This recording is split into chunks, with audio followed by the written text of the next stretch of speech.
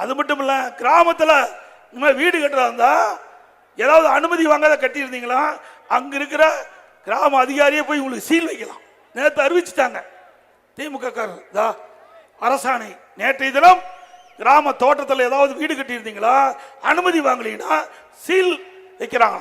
இது ஒரு அரசாங்கமா? ஏன் அவன் தோட்டத்தில் வீடு கட்டுறாங்க, நீ கட்டின பிறகு அது ஏதாவது வரி போடுங்க. அப்படித்தானே இருந்துட்டு இருக்குது, காலகாலமா அப்படித்தான் இருக்குது.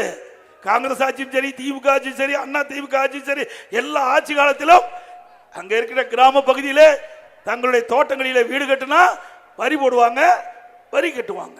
இதுதான் நடக்கிறது. வீட்டு வரி போட்டா வீட்டு வரி கட்டுவாங்க.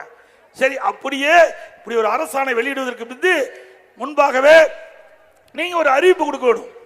இனிமேல் கிராமப்புறத்தில் உங்க தோட்ட பகுதியில் சொந்த இடத்துல வீடு கட்டுறதா இருந்தா முன்கூட்டியே அனுமதி வாங்குங்க, அனுமதி வாங்காத கட்டாதீங்க. அப்படியே ஒரு காலக்கெடு, ஒரு 6 மாசம் 1 வருஷம் நிர்ணயிங்க. அதுக்கு முந்தி உடனடியாக இப்படி போட்டா எப்படி தெரியும்? விவசாயிகள் பல பேர் படிக்காதவங்க வீடு கட்டிட்டாங்க, இப்ப போய் வீட்டுக்கு சீல் வைக்கணும்னா அந்த விவசாயி என்ன செய்வான்? இன்னைக்கு விவசாயம் பண்றதே பெரிய கடினம்.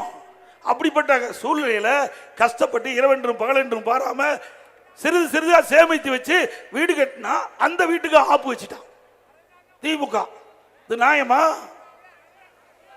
ஆக யாரையும் பிழைக்க விட மாட்டாங்க இந்த ஆட்சியில.